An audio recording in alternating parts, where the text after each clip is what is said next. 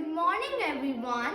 My name is Shreyan Singh. I'm from class 3F and my roll number is 31.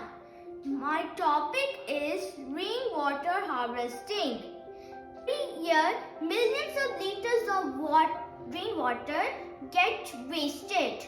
So, conserving rainwater from rivers, lakes and house roof and redirecting it to a large pit is called rainwater harvesting. This is my model.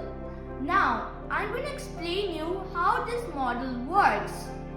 First, the rainwater gets collected in the collection tank, and as we all know, the rainwater is not very pure. So we need to filter this water. So we pass that rainwater to the filtration tank. Once the water is purified, it gets stored in the well. Then we use that water for our swimming pool, for our cars and other household works. Advantages of water harvesting.